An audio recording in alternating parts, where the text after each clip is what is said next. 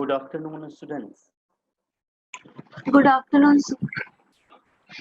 So, day before yesterday, we have finished the electrostatic potential due to a point charge. I think you remember, due to a point charge. And the formula was V is equal to 1 upon 4 pi epsilon naught and then Q upon R, not R square, sorry. So this one is not here. Q upon R. So see, if we are taking electrostatic potential, it was initially mentioned to you that V is equal to W upon Q naught. Since W is a scalar quantity, so V is a scalar quantity. तो ये आपको ध्यान रखना है कि electrostatic potential एक scalar quantity होती है और अगर आपने एक किसी पॉइंट चार्ज के कारण इलेक्ट्रोस्टैटिक पोटेंशियल कैलकुलेट किया तो उसका ये formula.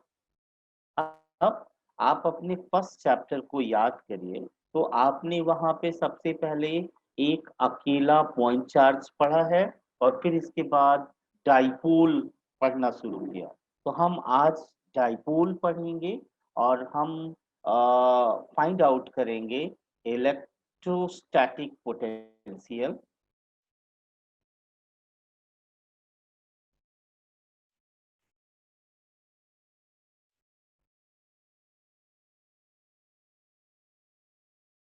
Due to a dipole.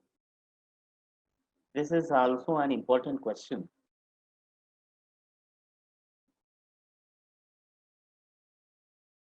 So you know about electric dipole. Electric dipole is, an electrostatic or electrical system in which two types of charges, means one is negative and another is positive, are taken. So I'm going to take this one. Suppose this one is minus q and this one is plus q. And the distance between these two is given by 2L so that we can express the half axis length equals to L. So its axis length is 2L. Now, if I'm saying that there is a point P anywhere, we can say, आपको मैं याद दिला दूं कि जब आप पिछला chapter पढ़ रहे थे तो वहां पे दो स्पेशल कंडीशन थी। एक इस कंडीशन थी कि आपका जो पॉइंट होगा वो एक्सियल होगा और दूसरी कंडीशन थी कि जो पॉइंट होगा वो इक्वेटोरियल होगा। अभी मैं एक्सियल इक्वेटोरियल के अलावा मैं ये कह रहा हूं कि मेरा जो पॉइंट है which I have taken here is making an angle theta neither 0 degree nor 90 degree। तो अभी ये आप ये कह सकते हैं कि ये एनी ओरिएंटेशन है या एनी पोजीशन है, इसमें मैंने कोई फिक्स नहीं किया है।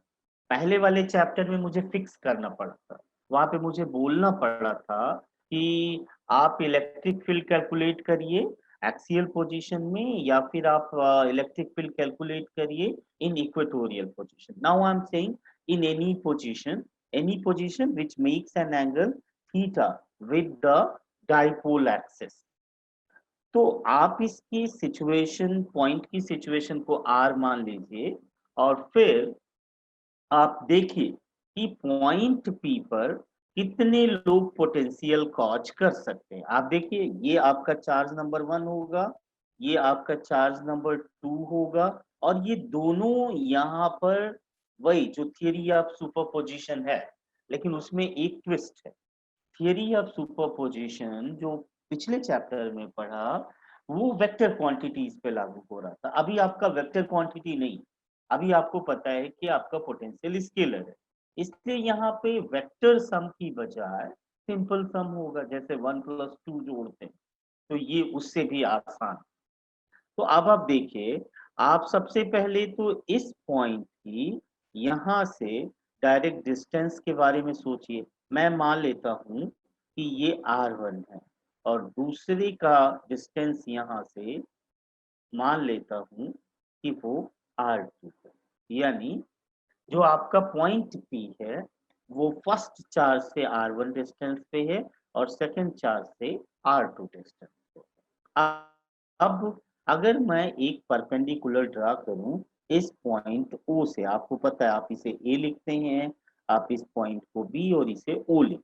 तो अगर मैं यहां से एक परपेंडिकुलर ड्रा करूं N और मैं एक यहां से परपेंडिकुलर ड्रा करूं M, तो आप देखेंगे कि अगर ये एंगल थीटा है तो ऑलमोस्ट, मैं नहीं कहता कि बिल्कुल इक्वल होगा, लेकिन ऑलमोस्ट ये एंगल भी थीटा होगा। कारण ये है कि ये जो आपका 2l है ये बहुत बहुत बहुत छोटा है, जबकि r आपका बहुत बहुत बहुत बड़ा है। तो अगर ये r आपका बड़ा है तो आप इसे, बहुत बड़ा है तो आप इसे इंफिनिटी ले सकते हैं। और आपको पता है जो लाइंस इंफिनिटी पे मिलती हैं वो एक दूसरे के पैरेलल होती हैं। इसका मतलब बीपी और एपी ये ऑलमोस्ट पैरेलल होंगे, तो फिर ये वाला एंगल और ये वाला एंगल क्या बन जाएगा, करेस्पॉन्डिंग।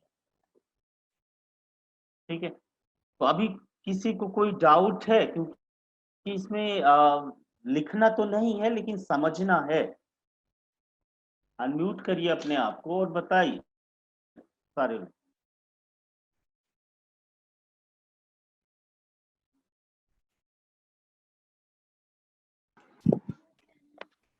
उसमें Is सब there any doubt? सब सब परपेंडिकुलर लेने के अब बाद क्या बताया था?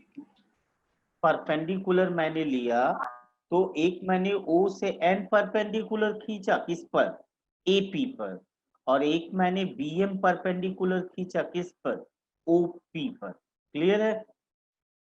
Yes sir.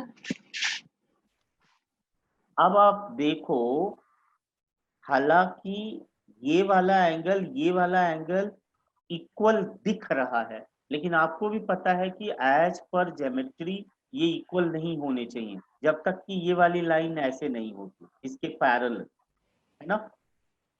हाँ। इस वाले पी के पैरेलल अगर एपी होता तो फिर ये वाला एंगल इक्वल हो जाता।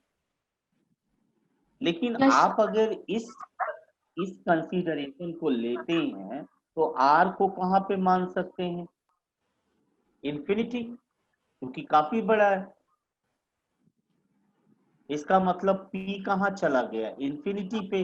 तो इसका मतलब कि B वाला P और A वाला P ये दोनों आपस में कहाँ मीट करेंगे, इंफिनिटी पे। और फिर ये एक दूसरे के पैरेलल होंगे। मैं आपको समझा रहा हूं, इसका नोट्स लिखने या पेपर में लिखने से कोई लेना देना नहीं। ठीक है, ओके सर। ओके। तो अब आपके पास क्लियर हो गया कि मेरा ये वाला एंगल ऑलमोस्ट इक्वल है। तो आप इसे मेंशन कर दीजिए, from the figure angle P A O and angle P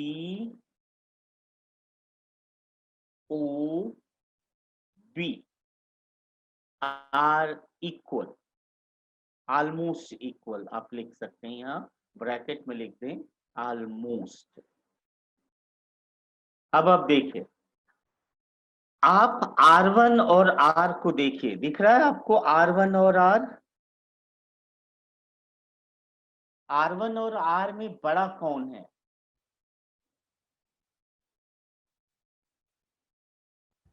which one is bigger,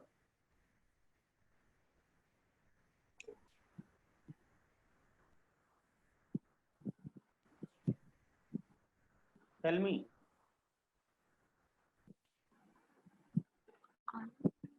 R1, 1। okay. So if R1 is bigger, you can say that R1 is equal to R plus। R दिख रहा है आपको, कितना बड़ा लग रहा है, ये कितना बड़ा होना चाहिए, ये मैंने n लिखा हुआ, R1 ओपी से यानी आर से कितना बड़ा होना चाहिए? कुछ आइडिया? फिगर देख के लग रहा हो?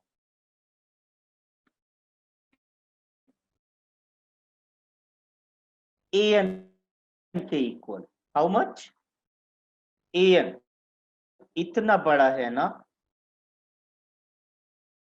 अब इस ए एन की वैल्यू लेते हैं यहां से। अगर ये यल है, ये 90 डिग्री है और ये थीटा है, तो ये बेस बन जाएगा और ये हाइपोटेनस बन जाएगा, और फिर होगा base is equal to hypotenuse into cos theta,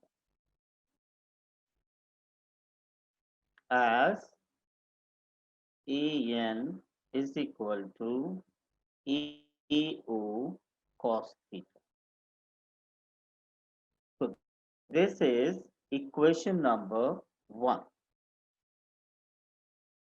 Now, once again look at the figure. Your R2 is less than R. How much less? R2 is smaller. If I'm drawing it perpendicular now, it was not perpendicular, see. If this is perpendicular, how much this is smaller? This is OM. And what will be OM? Again, this one will be L cos theta. So I can write it here, R minus L cos theta. This is R2 is equal to, say, equation number 2, and you can write here OM is equal to also L cos theta. Now, can we calculate, bigger minus smaller? So R1 minus R2. So from equation 1 and 2, R1 minus R2 is equal to 2L cos theta, isn't it? Look at this, R1 minus R2. So R1 minus R2, so here you can do minus and this will be plus. So R minus R will be cancelled. Here will be L cos theta and here will be L cos theta. They will be added and make 2L cos theta. See, this is equation number 3. And if I'm saying you multiply R1 with R2, what will happen? It will be R square minus L square cos square theta. See, this is equation number 4.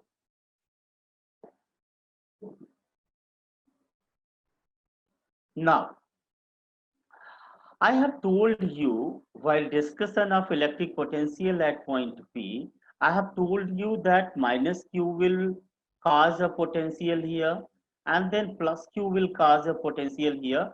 As we know that potential is a scalar quantity, so simply the net potential will be the simple sum of potentials of the two charges. And one more thing, potentials are scalar, so we have to take care of sign during my calculation. तो चलिए देखते हैं. Now potential, electric potential at point P due to minus Q charge. मैंने आपको बोला है सबसे पहले माइनस चार्ज लेते हैं, इसलिए मैंने इसे सबसे पहले डिस्कस किया, और ये मान लेते हैं V1 है. तो फार्मूला क्या होता है? अभी अभी हमने दोहराया कि किसी भी पॉइंट चार्ज का पोटेंशियल का फार्मूला ये हो. अब इसमें आपको Q का साइन ध्यान रखना है, क्योंकि आपका चार्ज माइनस है, इसलिए यहाँ पे फार्मूला क्या हो जाएगा? 1/4 pi epsilon naught then minus Q divided by R. लेकिन ये डिस्टेंस R1, तो आप इसे लिख सकते हैं -1/4 pi epsilon naught Q divided by R1. ये हो गया potential due to the first charge यानी माइनस की charge. Now potential due to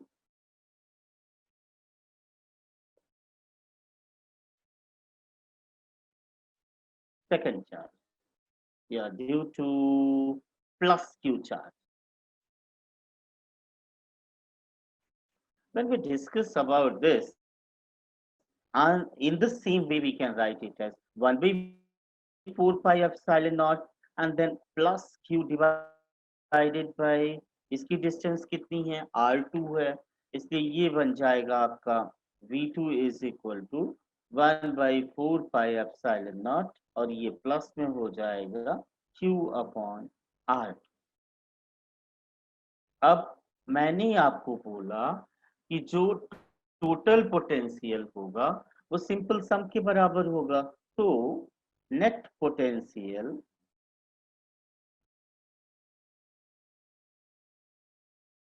at point P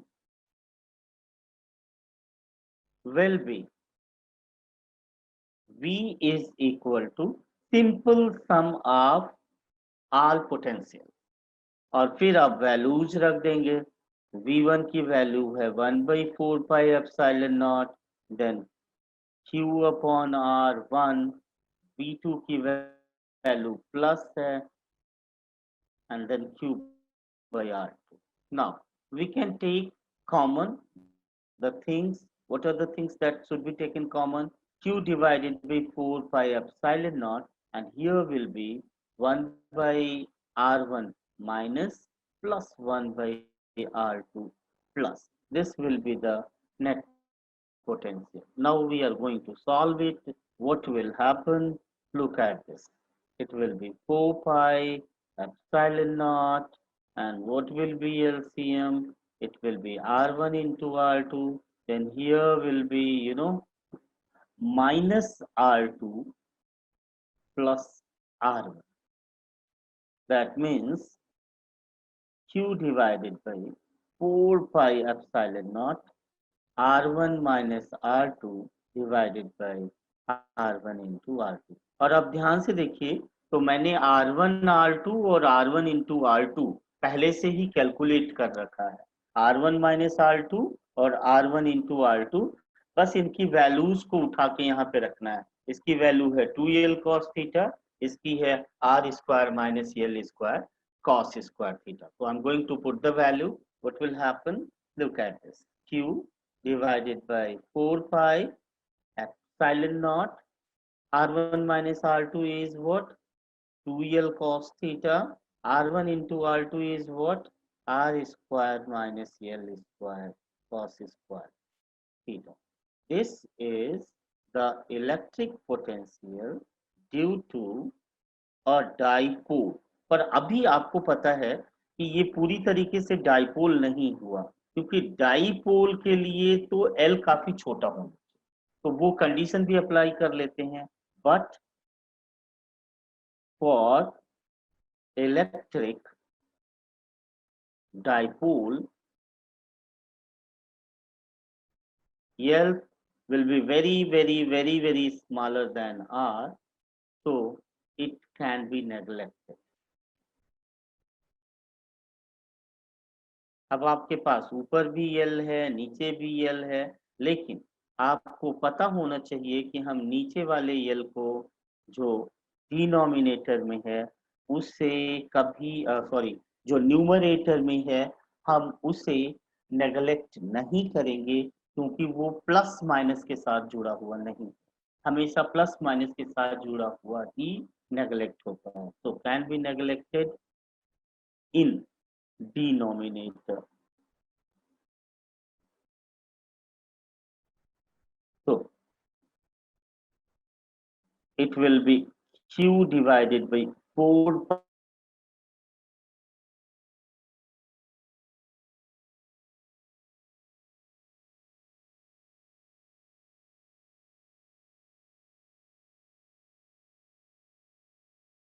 इसकी जगह पे क्या लिखेंगे हम?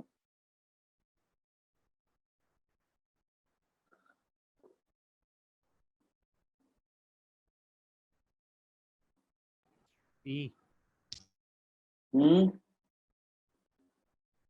P लिखेंगे। ओके, आवाज कट तो नहीं रही है? सर ठीक है। तो it will be P cos theta divided by R square।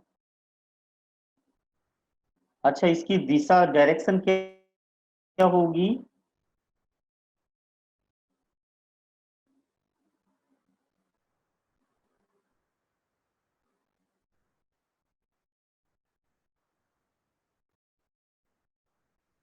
बोलो भाई।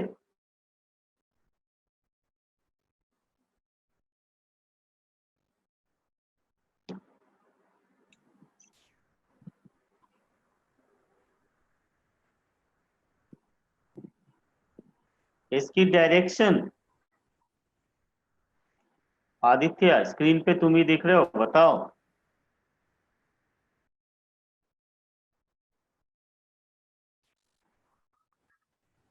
अनम्यूट कर लो भाई।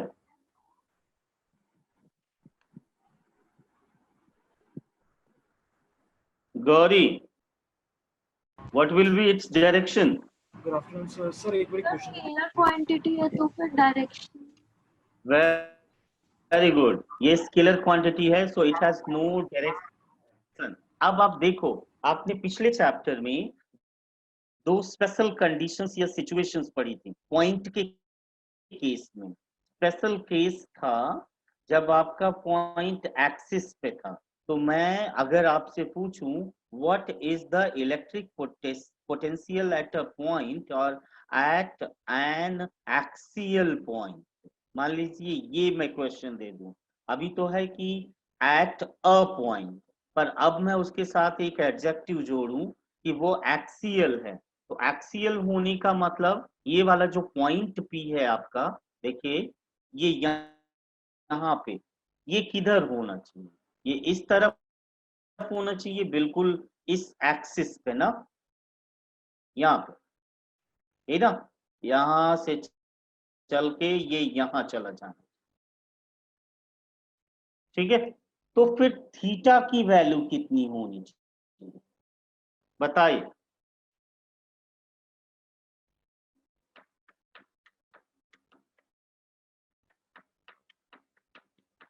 Aditya, Aditya Gupta.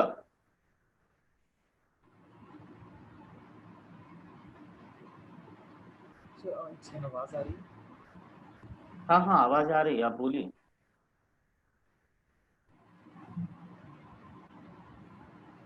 Theta will be how much if this point P is going to be axial?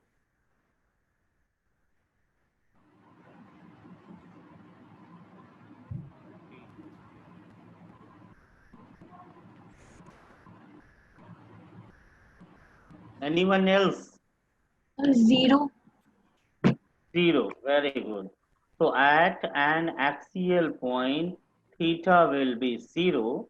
So V axial is equal to 1 by 4 pi epsilon naught P, and cos 0 will have the value how much? 1.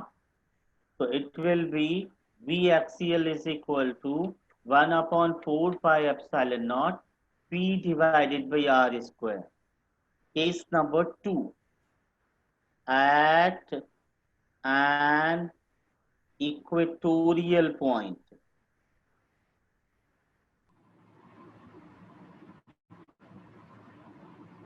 Now, what will be theta now? 90 degree. How? See here. What is equatorial line? This line will be called equatorial. तो angle कितना बनना चाहिए इस line का?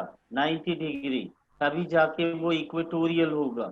इसलिए थी if theta is equal to 90 degree, then V axial, sorry, V equatorial is equal to 1 by 4 pi epsilon naught P cos 90 divided by R square. What is the value of cos 90? 0. 0. And that's why this will be V equatorial is 0. तो आप results के बारे में देखें। आपको मैं पिछले वाले उससे भी कंपेयर करा दूं, इलेक्ट्रिक फील्ड का भी। वहां पर जो इलेक्ट्रिक फील्ड होता था एक्सियल में, किसी को याद कितना होता था? 1/4 pi epsilon naught and then 2p/r cube. और जब ई इक्वेटोरियल पे गए थे हम लोग, तो वहां पे यही था, सब कुछ यही था, पर ये p/r क्यूब था। यहाँ पर अलग ही डिफरेंट स्टोरी है। हियर इज कि एक्सियल पे तो पोटेंशियल होगा, इक्वेटोरियल पे आप कहीं चले जाओगे, आपको पोटेंशियल फाइंड नहीं होगा। वहां पे पोटेंशियल वैनिश हो जाता है, खत्म हो जाता है। ठीक है, अब आते हैं हम लोग, ये बहुत ही इंपॉर्टेंट है। ये अकेला यही पूछा गया है या अकेला यही पूछा गया है? अब आपके पास दो ऑप्शन बनते हैं। अगर मान लीजिए कोई एक्सियल पूछता है, मुझे एक्सप्लेन करने दीजिए। अगर मान लीजिए कोई कहता है कि डाइपोल की एक्सिस पे पोटेंशियल लिखा, तो अगर सीधे सीधे एक्सियल पॉइंट पूछ रहा है, तो इतनी नौटंकी करने की जरूरत नहीं है। फिर आप एक सिंपल पॉइंट ले लीजिए पी, इसको मिड पॉइंट से कितने पे दिखा दीजिए, आर पे, और फिर ये यल हो जाएगा, ये यल हो जाएगा। और फिर आप कहेंगे इसने यहाँ पे V1 प्रोड्यूस किया, दूसरे वाले ने V2। V1 की वैल्यू कितनी होगी? अब माइनस है तो -1/4 pi epsilon naught and then Q divided by what will be the total distance from here. ये अगर यहाँ से यहाँ तक R है, तो ये हो जाएगा R प्लस ये पूरा। और यहां से कितना हो जाएगा? R minus C L. तो V2 is equal to +1/4 pi epsilon naught and then Q divided by, sorry not square, R minus C L. ठीक है, अब बस आप इसको जोड़ दीजिए, आपको नेट वी आ जाएगा, वो जितना आया उतना आ जाएगा। ठीक ऐसे ही आप दूसरे वाले को सॉल्व कर सकते। अब हम आते हैं नेक्स्ट टॉपिक पे, और वो टॉपिक है electrostatic potential.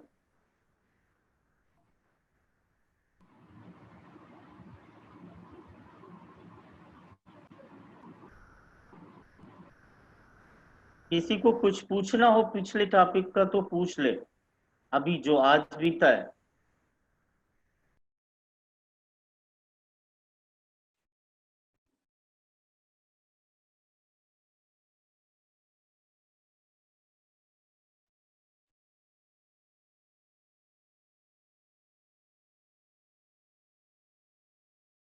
Look, what I'm going to do. Electrostatic potential due to multiple charges. If you are having so many charges, then how can you calculate potential? So it's very simple. आपके पास अगर कोई बहुत सारे points हैं जिन पे आपने charges रख रखे हैं, Q1, Q2, Q3, Q4, and there is only one point P where you have to find the electrostatic potential, where Q1 is situated at distance R1, Q2 is situated at distance R2, Q3 is situated at distance R3, and Q4 is situated at distance R4. From the point P, maybe this one will be minus, this one is plus, this one is minus, this one is plus. Maybe any type of combination it will have. तो यहाँ पे V की value कितनी होगी? बस आपको करना क्या, आपको V1 निकाल लेना है, V2 निकाल लेना है। You have to calculate V3, then V4, and then finally add them. और मैंने आपको क्वेश्चन पहले ही दे रखा है, always be cautious when you are calculating V1, V2, V3, you have to take sign in calculation. तो ये है electrostatic due to multiple charges का। ठीक है, अब न्यूमेरिकल्स पे आते हैं। तो सबसे पहला न्यूमेरिकल देखते हैं हम।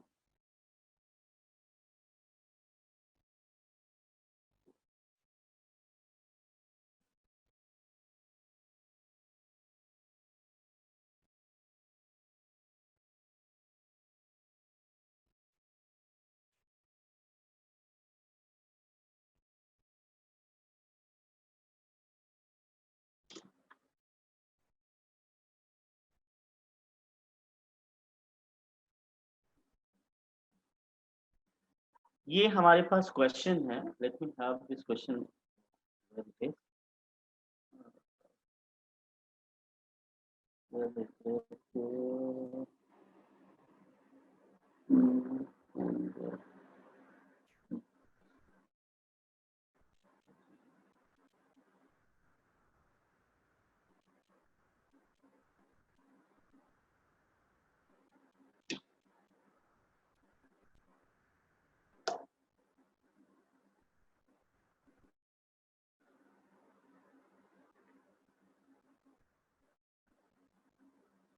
So when we are going to solve it,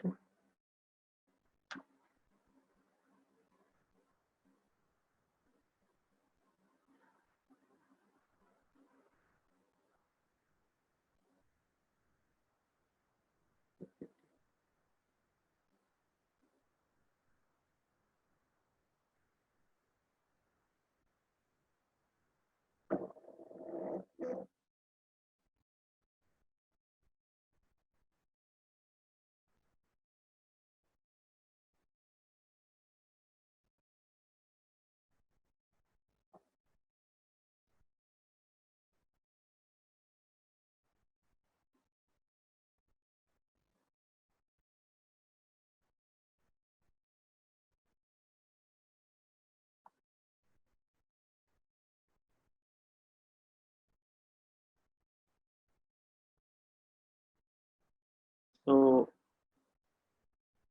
let me magnify it. See here, calculate the potential at a point P due to a charge 4 into 10 raised to power minus 7 coulomb located at 970 centimeter away.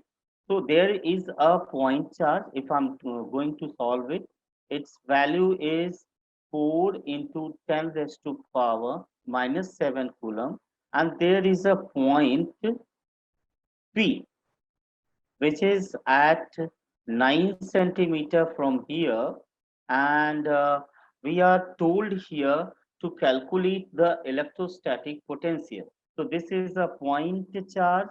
So point charge formula is V is equal to 1 upon 4 pi epsilon naught, and then Q divided by R.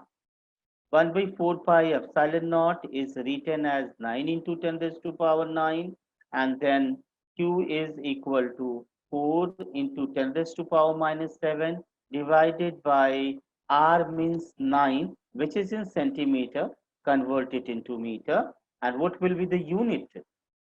Volt. Now, hence obtain, look at this one, this is very, very, very important. Hence, obtain the work done in bringing a charge from of 2 into 10 raised to power minus 2 coulomb from infinity to a point P. Does the answer depend on the path along which the charge is brought? तो इस चीज को आप देखिए और समझिए। आपने यहाँ पर ये चार्ज रख दिया। अब ये कह रहे हैं कि अगर मैं infinity पे I'm going to take a new charge which is having magnitude 2 into 10 raised to power minus 9, and when it is brought here to this point P. So it was told by our definition of electrostatic potential energy that when we bring a charge from infinity to a point near another charge, we have to do some work, and that work is called electrostatic potential energy.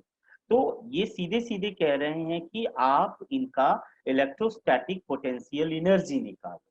ठीक है, जब ये वाला charge यहाँ पे रखा जा रहा है तो आप ऐसे भी कैलकुलेट कर सकते हो। जब उन्होंने कह रखा है कि आप वर्क डन निकालिए और work done electrostatic potential energy के इक्वल होता है, तो आपके पास इलेक्ट्रोस्टैटिक पोटेंशियल एनर्जी का फॉर्मूला होता है 1/4 pi epsilon naught Q1 Q2 divided by R, and we have to take care of sign. तो मेरे पास दोनों पॉजिटिव है। अब ये हो गया 9 into 10 raised to power 9 Q1 की वैल्यू हो गई 4 इंटू 10⁻⁻⁷ Q2 की वैल्यू हो गई how much 2 into 10⁻⁻9 divided by R is still how much 9 into 10⁻⁻2। तो अब कैलकुलेट कर लीजिए अगर आप, तो देखिए 9 9 से कैंसिल हो गया, 4 and 2, 4 2 जा 8 into 10 की कुल पावर कितनी होगी, ये -7 -9 -16 एंड ये ऊपर चला जाएगा, तो हो जाएगा 9 -7 -9 +2, कुल मिला के कितना हो गया 8 into 10⁻⁻5 and this one will be zoo। यहाँ पे भी कैलकुलेट कर लें, कैंसिल हो जाएगा बड़े आराम से, ये बन जाएगा 4 into 10⁻, हाउ मच, ये हो जाएगा 9 और ये बन जाएगा, ये होगा आपका 9 -7 +2, तो it will be how much 4 into 10⁻⁻+4 volt. ये हो गया इसका आंसर। अब आप अगर यहाँ पे ध्यान से देखें तो एक रिलेशनशिप आपको मिलेगा जो पुराना था, जिसको हम लोग पोटेंशियल की डेफिनेशन में डाला करते थे, W/Q0। अब आप अगर देखो तो ये W है 8 into 10⁻⁻5 और ये Q0 है, कहाँ गया Q0, ये वाला 2 into 10⁻⁻9। जरा डिवाइड करके देखिए क्या उतना ही आता है, आएगा। अब इस क्वेश्चन की मीनिंग समझिए, ये क्वेश्चन आपसे क्या कहता है, ये क्वेश्चन कहता है कि या तो आप पोटेंशियल एनर्जी निकालने के लिए दोनों चार्जेस को जानिए कि कितने हैं और फिर उनका फार्मूला लगा दीजिए, ये वाला, तब जाके आपको total energy of the system मिलेगा। अब यही वाला फार्मूला ये भी कह रहा है कि आपको दूसरे वाले चार्ज के बारे में जानने की कोई जरूरत नहीं है, सिर्फ आपको उस पॉइंट पर का पोटेंशियल मिला हुआ हो तो बस नए वाले चार्ज को इसमें मल्टीप्लाई कर दो, आपको वहां की या सिस्टम की पोटेंशियल एनर्जी मिल जाएगी, या उसको लाने में कितना किया गया काम होगा वो आपको मिल जाएगा। यानी अगर आपने किसी भी चार्ज के पास कोई दूसरा चार्ज रखा तो एक वर्क डन होगा और उस वर्क डन के चलते या तो इलेक्ट्रोस्टैटिक एनर्जी आएगी या कभी कभी पोटेंशियल एनर्जी भी आएगी। आप कॉमनली बोलिए कि एनर्जी आएगी, और वो एनर्जी कितनी होगी Q0 इंटू वी, और अगर आपका कोई चार्ज Q है तो फिर Q इंटू वी। तो ये इंपॉर्टेंट चीज है। अगर मैं आपसे पूछूं when we put a charge Q into electric field into an electric field at a point P where the electrostatic potential is V, what will be the energy possessed by this charge? तो वो कितना होगा Q into V हो। अब दूसरे question पे आते हैं, सेकंड क्वेश्चन। सेकंड क्वेश्चन में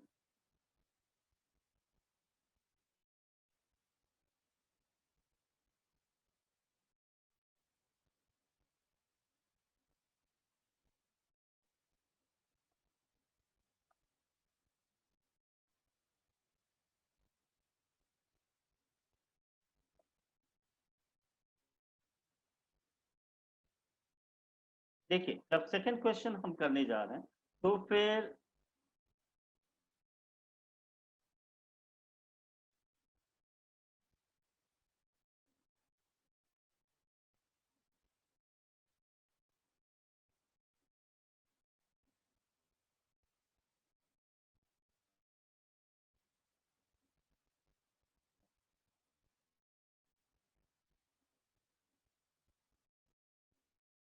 जब हम सेकंड क्वेश्चन सॉल्व कर रहे हैं तो इसमें लिखा हुआ है two charges are located at 3 into sorry two charges of 3 into 10 raised to power minus 8 coulomb and second charge is minus 2 into 10 raised to power minus 8 coulomb are located at 15 centimeter apart.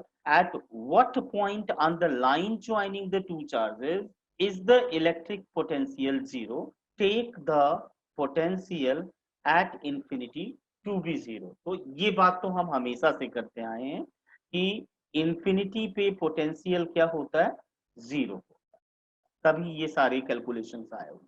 तो solve करते हैं, हम देखते हैं हमारे पास एक charge है 3 into 10 raised to power minus 6 coulomb का, दूसरा चार्ज है minus 2 into 10 raised to power minus 8 है, सॉरी minus 8 कूलम। अब इनको मीट कराने वाली लाइन के किस पॉइंट पर पोटेंशियल जीरो होता है, ये क्वेश्चन पूछा गया। तो मैं ऐसे ही रैंडमली एक पॉइंट पिक करता हूं, चूज करता हूं, और मैं मानता हूं कि वो पहले वाले चार्ज से आर डिस्टेंस पे है, जबकि आपको ये बताया गया है कि ये दोनों आपस में 15 सेंटीमीटर की दूरी पर है। तो जाहिर सी बात है कि ये यहां से 15 माइनस आर सेंटीमीटर की दूरी पर है। अब इस पॉइंट पी पर ये पहला वाला चार्ज और ये दूसरा वाला चार्ज दोनों ही पोटेंशियल क्रिएट करेंगे। तो V1 is equal to how much, 1 upon 4 pi epsilon naught Q1 divided by R, put the value 9 into 10 raised to power 9 into Q1 का मतलब हो गया 3 into 10 raised to power minus 8 divided by R। क्योंकि मैंने centimetre में ले रखा है इसलिए मैं मीटर में कन्वर्ट करता हूं। ये हो गया V1। अब आते हैं V2 पे। उसी पॉइंट पे दूसरे का जो पोटेंशियल होगा it will be 1 by 4 pi epsilon naught and then Q2 divided by 15 minus R centimetre में आप रखेंगे। तो वैल्यूज जब आप रखेंगे, अभी तो आप R2 लिख लीजिए, यहाँ पे R1 लिख दीजिए और बाद में value 9 into 10 raised to power 9 Q2 की वैल्यू हुई।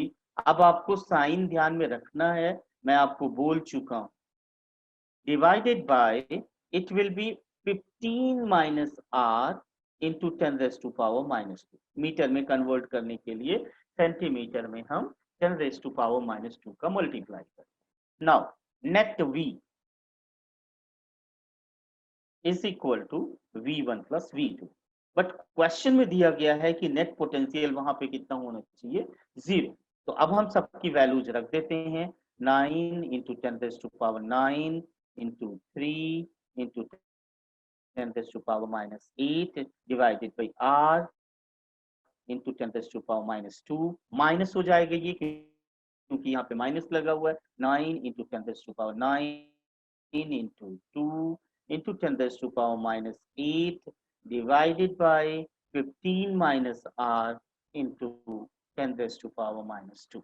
अब ये माइनस वाला शिफ्ट कर दीजिए लेफ्ट साइड में, तो कितना हो जाएगा, ये वाला इधर आ जाएगा, तो ये हो जाएगा 9 into 10 raised to power 9 into 2 into 10 raised to power minus 8 divided by 15 minus R into 10 raised to power minus 2 is equal to 9 into 10 raised to power 9 into 3 into 10 raised to power minus 8 divided by R into 10 raised to power minus 2। Cancel करिए, जो जो cancel हो जाता है ये पूरा ही cancel होगा, ये भी कैंसिल हो जाएगा, ये भी कैंसिल हो जाएगा। बचा क्या, 2 by 15 minus R is equal to 3 divided by R। तो multiply it, 2R is equal to 45 minus 3R। take this side, 5r is equal to 45, then r is equal to 9 centimeter. So this is the answer. The point where electrostatic potential is 0 is 9 centimeter away from the first charge.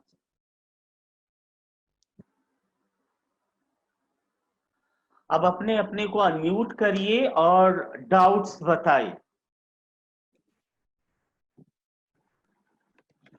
Sir हम्म अगर हमने जो metre में उसको convert करने के लिए 10⁻⁻² लिया, अगर हम वो नहीं भी लेते तो चलता, क्योंकि सेंटीमीटर ही आ रहा है। चल जाता, लेकिन एक चीज मैं आपको बताऊं, ये जो आप देख रहे हैं ना, ये वाला 9 × 10⁻⁹ जो वैल्यू आपने किसकी ली, अगर आप 1/4 पाई एप्सिलॉन नॉट लिख रहे हैं तो ये एसआई सिस्टम में ही है, ठीक है, रिमेंबर इट।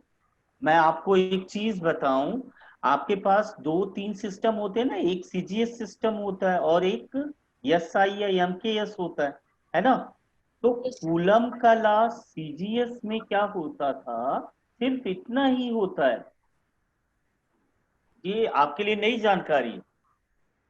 सीजीएस सिस्टम में कोई कांस्टेंट का मल्टीप्लिकेशन नहीं होता, जबकि एमकेएस में यही formula 1/4 pi epsilon not into Q1 Q2 divided by R square होता है। और आप इसकी वैल्यू को 9 × 10⁻⁹ लेते हैं तो आप कहते हैं कि ये न्यूटन, सॉरी क्या होता है, न्यूटन मीटर स्क्वायर पर कूलम स्क्वायर होता है, यही ना।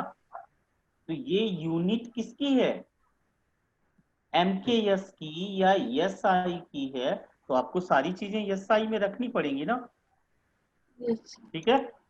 हाँ, तो अगर आप यहाँ पे कांस्टेंट, कोई सा कांस्टेंट के लिख के चल रहे हो इस जगह पे, तो फिर आप मत लिखो, कोई फर्क नहीं पड़ता, ठीक है। और किसी का डाउट?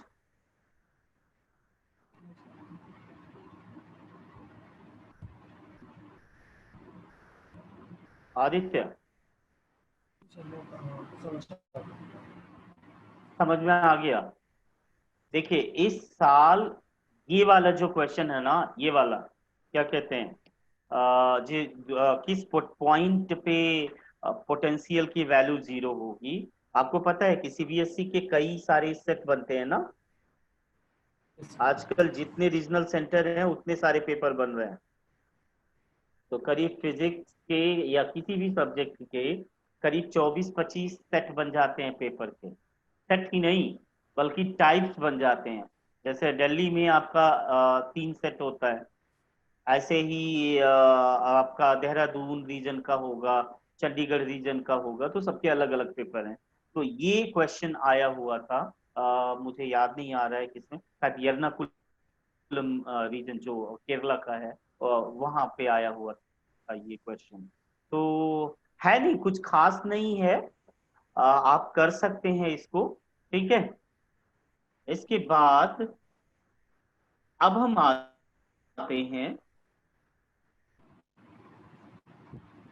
इलेक्ट्रोस्टैटिक पोटेंशियल एनर्जी, पढ़ लिया हमने, इलेक्ट्रोस्टैटिक पोटेंशियल पढ़ लिया हमने, और हमने ये भी पढ़ लिया कि potential due to 1 charge, due to 2 charge और ड्यू टू मल्टीपल चार्जेस कैसे फाइंड आउट करेंगे।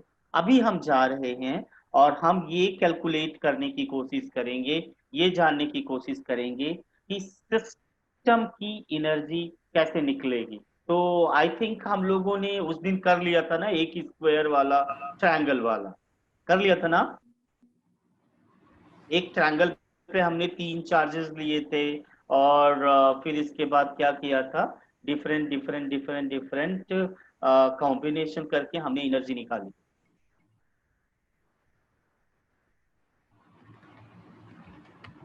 ठीक है, तो एक और क्वेश्चन करते हैं हम इसी टॉपिक पे, ताकि हमारा जो कंफ्यूजन है वो पूरी तरीके से दूर हो जाए, इलेक्ट्रोस्टैटिक पोटेंशियल और पोटेंशियल एनर्जी से related.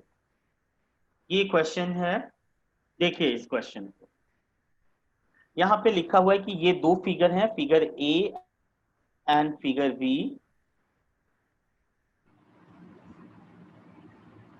Figure A and figure B, ये दो हमारे पास फिगर हैं। एक पॉजिटिव चार्ज की इलेक्ट्रिक फील्ड है और एक नेगेटिव चार्ज की इलेक्ट्रिक फील्ड है।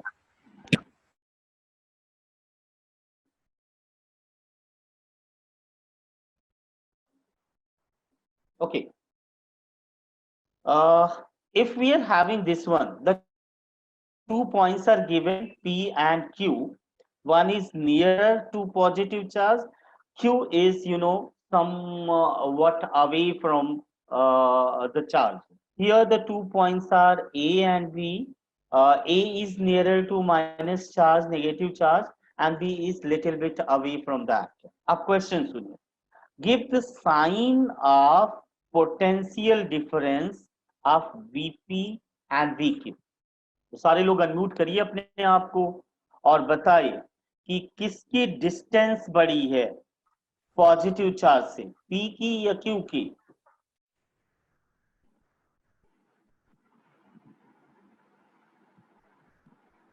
आपको बताना है। मैं वीपी का फॉर्मूला लिखूं, VP is equal to 1/4 pi epsilon naught, and then I'm going to write Q divided by RP, and VQ is equal to 1/4 pi epsilon naught, and then Q divided by RQ।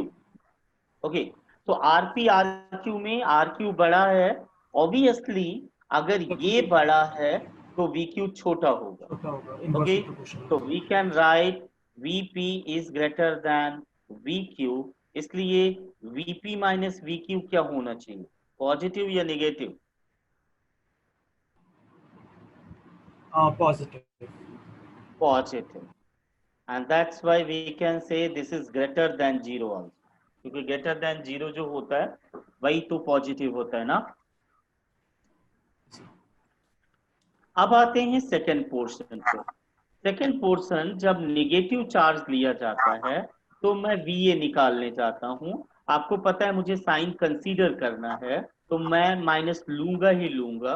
1/4 pi epsilon not, here will be Q upon RA, and VB is equal to -1/4 pi epsilon naught Q divided by RB।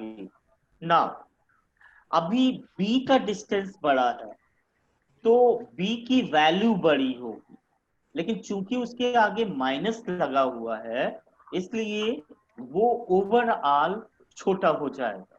Is that clear? If I'm saying that it has value 4 and it has value 3, and if you are putting minus over there, then what will happen? This one will be bigger than this one, है ना? तो yes अगर RB बड़ा है तो VB छोटा हो जाएगा और VB छोटा होगा, और चूंकि उसके ऊपर माइनस लगा हुआ है इसलिए आप कह सकते हो अभी आपका VB बड़ा हो गया किससे, VA से। और फिर आप ये बोल सकते हैं कि अब VB माइनस VA कैसा होगा, पॉजिटिव या फिर ग्रेटर देन 0 होगा। ठीक है ना? ये दोनों पूछ लिया गया। अब आप मेरे को बताएंगे, give the sign of potential energy difference of a small negative charge between point Q and P and A and B।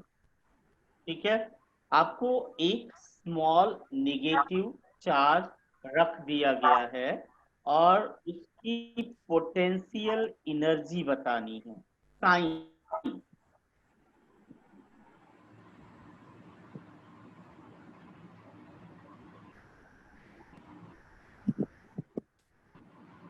ठीक है, अब या फिर पोटेंशियल एनर्जी हो, वो Q इंटू V के इक्वल होता है। ठीक है, अब अगर मान लीजिए अब अगर ये मान लेते हैं आप कि आपका ये जो है 2 पॉइंट्स के बीच का है, तो फिर आप इसे डिफरेंस ऑफ द पोटेंशियल भी लिख सकते हो।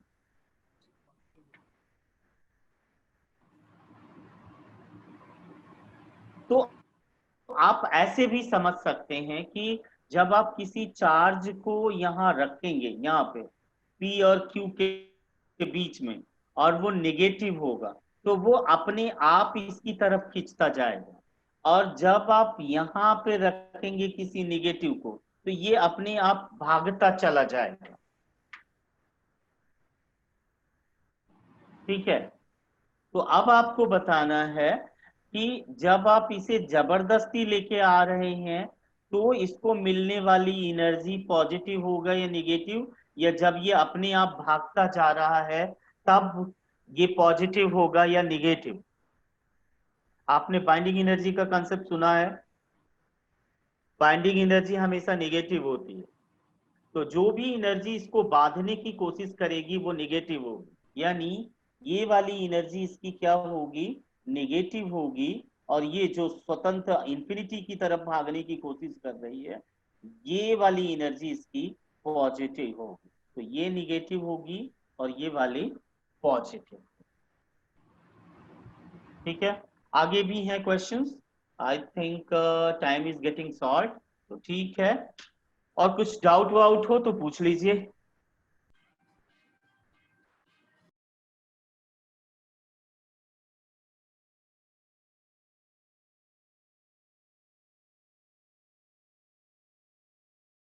ये तीनों एग्जाम्पल्स एनसीईआरटी बुक के हैं, तो आप एनसीईआरटी बुक को एक बार रेफर कर लें, उनके भी आंसर्स और उनके भी सॉल्यूशन के तरीके को देख सकते हैं।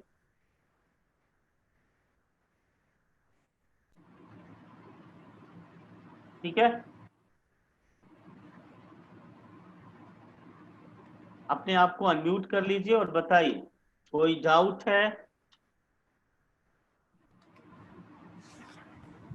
No sir, doubt sir. नहीं, ठीक है, फिर बस करते हैं, मीटिंग को एंड करते हैं यहीं पे। Thank you and good bye.